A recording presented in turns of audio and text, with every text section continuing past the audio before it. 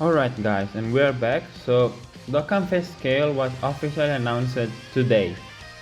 And since it's the next Dokkan Festival coming on Global, I think it's fair to make a video in which we do the complete analysis and overview of Kale, since I didn't do it when she dropped it on JP.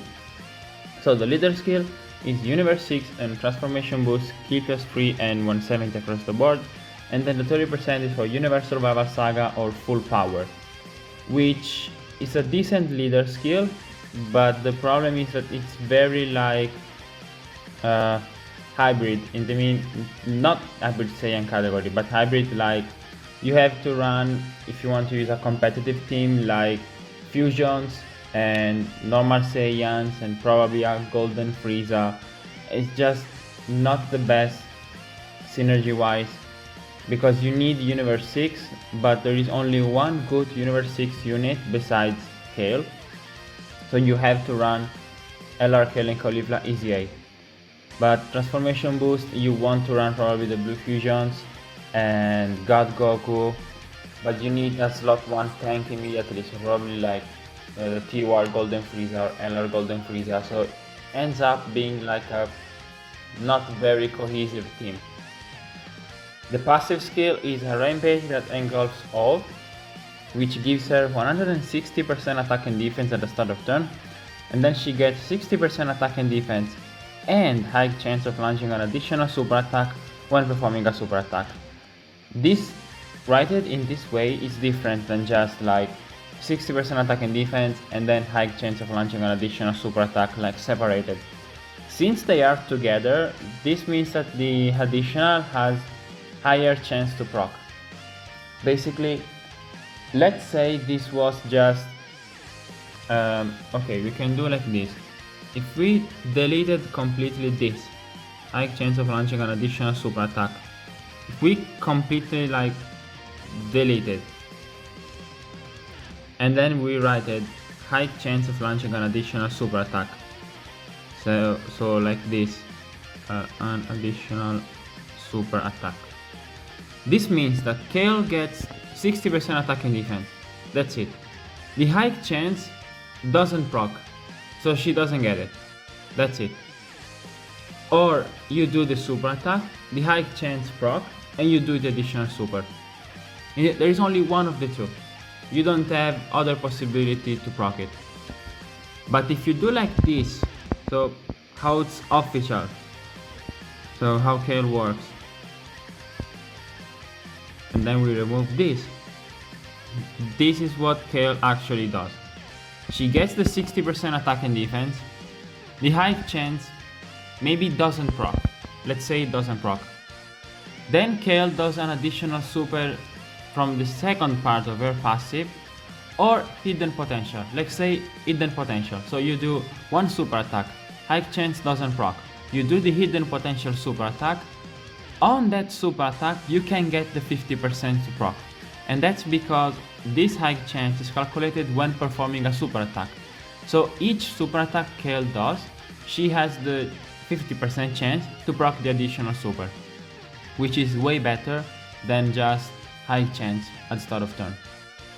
Then she has 20% damage reduction within the same turn with each super attack performed, up to 60%. And then an additional attack and defense 160% and great chance of launching an additional super attack when there is another Universe 6 category ally attacking in the same turn. So when I was saying the additional honor passive, to conclude this part of the video, Kale can do one super attack. You have the high chance. Doesn't proc, it's fine. You can have the 70%. Let's say the 70% procs, and you don't get the 50% again. Then you do the hidden potential super attack, and this time you get the 50%. So Kale has 3 chances to proc a 50%, which is, I think, very realistic and fair. You can get the 50%. So the super attack effect, she gets 50% attack for 1 turn and immense damage. If there is something I will change about this Kale, it will be probably giving her some key in the passive, like even 1 key or 2 key, just having a bit of key. And then giving defense on the super attack effect, like 30% for one turn. Now, if you want to talk about real changes, like something that completely changes the unit or just makes her way better, I will make the damage reduction proc before attacking, so you have, let's say, 60% or 50% damage reduction before attacking. Then Kale attacks, and then she gets the damage reduction again. So like a better version of Tech Pen. I think that will help completely both her and their team. But we will see why when we analyze Super Saiyan 2 Kale. So the link set is Saiyan Lineage, Battlefield Diva, Berserker, Prepare for Battle, Warriors of Universe 6, Tournament of Power, and Fierce Battle. Solid link set. The transformation condition is with an active skill, and it can be activated starting from the 4th turn, so not really complicated, if there is an ally whose name includes Caulifla in the same turn, or after you do 6 or more super attacks, which is not difficult because she can do 4 super attacks in one turn. So it's very realistic to do 3, and so you can basically have this on turn 5. So not very different. Turn 4 with Caulifla, turn 5 without, basically.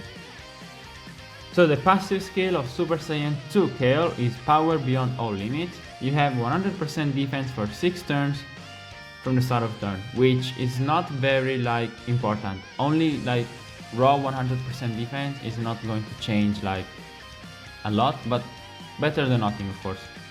We have 200% attack and defense at the start of turn, 120% attack, and 2 additional, each of which has a medium chance of being a super attack when performing a super attack.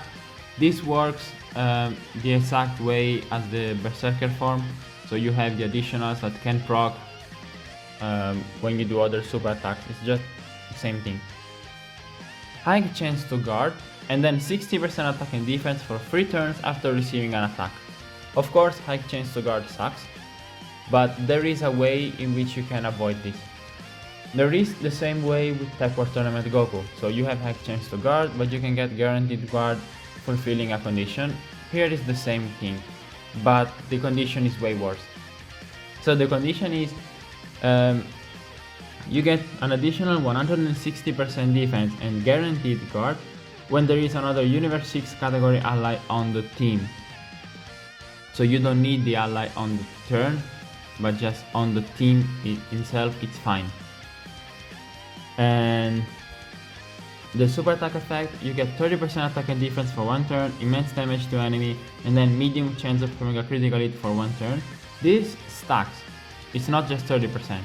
So you have 2 additional that can be a super attack in the passive, and you have the hidden potential. So this means you can do 1 super attack, 30% chance to crit, 2 super attack, 60%, 3 super attacks, 90%, and then with the last one it's technically 120% chance to crit, but it's just a guaranteed crit.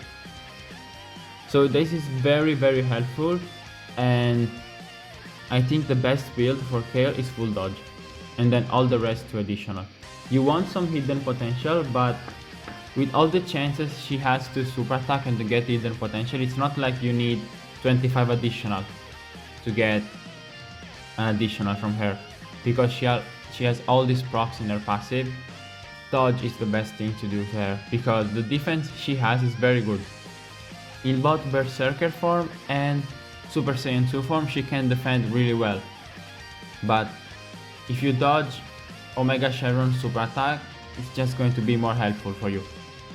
If you dodge the STR Omega AoE, for example, or I don't know, the super attack before she can attack, before she has her passive up, it's just going to be better for you. Especially when Kale is not going to be the best unit on their team, or the slot 1 god. When you put her in slot 2, maybe having dodge is only going to be more helpful. So the link set is all the same, but Berserker changes for Super Saiyan, which is way better, of course.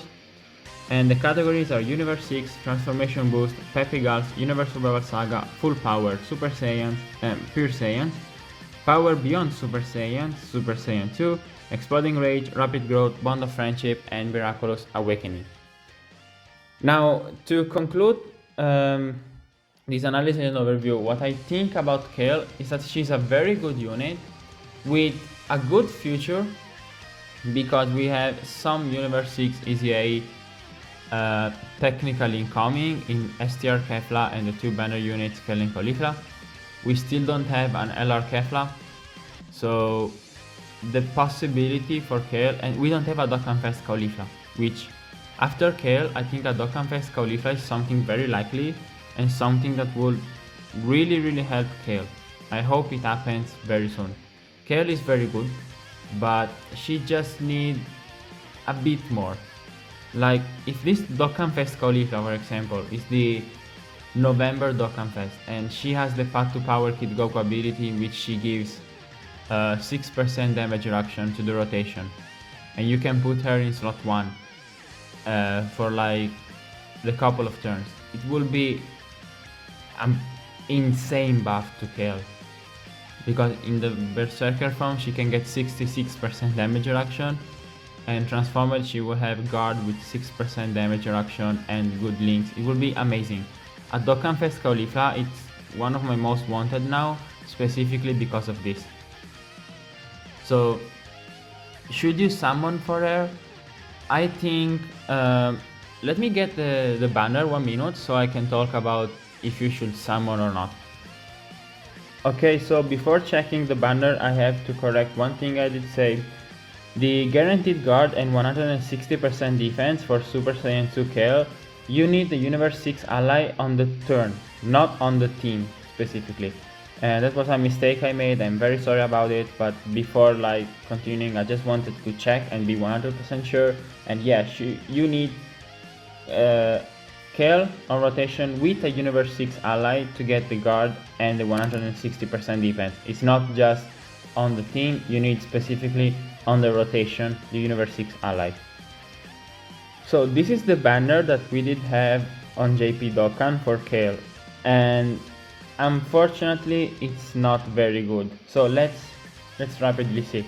We have Kale, we talked about her, she's very good, a top 10 TUR in the game, one of the best TUR, and you can do everything with her team. Like, I've seen Omega Shenron, Sin Shenron, Broly, Metal Cooler Core, everything defeated with her team. You can do it, it's not impossible. It's just a bit wonky, because the only Universe 6 ally very good is AGL, Kale and Caulifla, but they are not like the best. So then we have Tech Frost, which, okay, Tech Frost is talked like he's the worst banner unit ever, and he's not good, don't get me wrong, he's not a good unit, but he's okay, in the sense that he supports Kale and he's on their leader skill. So if you don't have literally nothing else and you can run Frost as a floater, many people say like, oh, you need Frieza. It's not really true. With Frieza you get just the super attack changed, which instead of being 30% attack and defense is 50% attack and defense for 1 turn. It's not really the biggest deal ever. Like, it's not, oh my god, you don't have Frieza on rotation so he sucks, you have Frieza and it's like god. It's not really like, it's just not true. So we can have, I want to take a look at Tech Frost here. Okay, now we can. This is Tech Frost, and this is the SSR. So let me get just the TUR, just because I want to be like, I want to talk about this very rapidly. So we can see 80% attack and defense, 160 on super.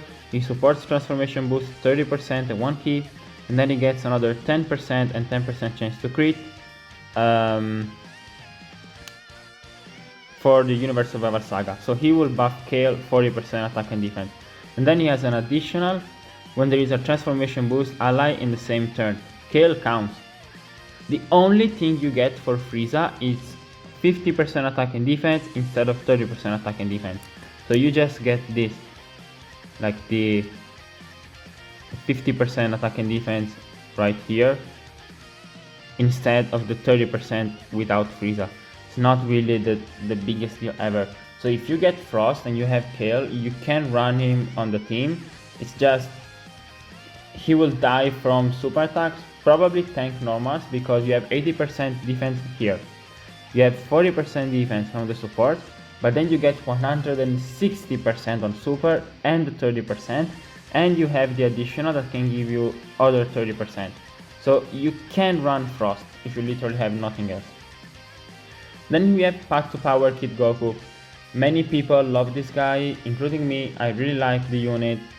I think the Sin Shenron and Omega Shenron fight really like aged him a bit, but it's not like he sucks now. He's very good unit still. You can run him, so it's decent. It's a unit you want to pull and you want to get. Then we have the RF Blues, pointless. They completely, absolutely suck. No point to even consider them. Tech, Kale and Caulifla, again pointless. They completely suck. No point. Like zero.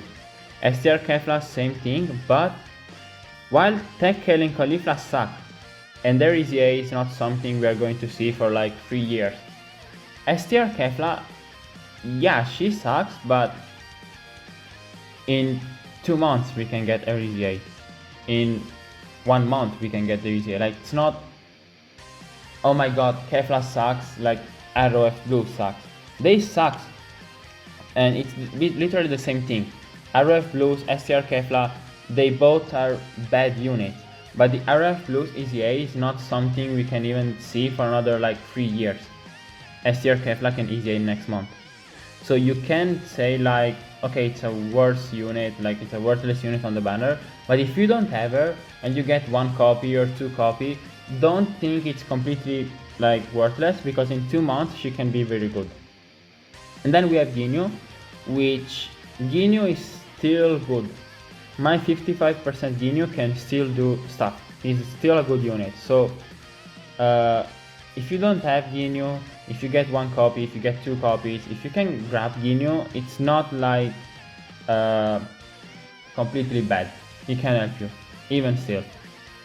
But I would suggest to skip the banner, because Worldwide is coming very soon. If you are the biggest Kale fan, if you think like, okay, I love Kale, like, I don't care about Beast Gone Worldwide Celebration or Vegito Blue Worldwide Celebration, I just want Kale, then go ahead. Drop everything you have for Kale. This game is meant to be fun. If you can get Kale, considering she's a very good unit, it's even more worth it. But if you don't, and you just want to use your stones like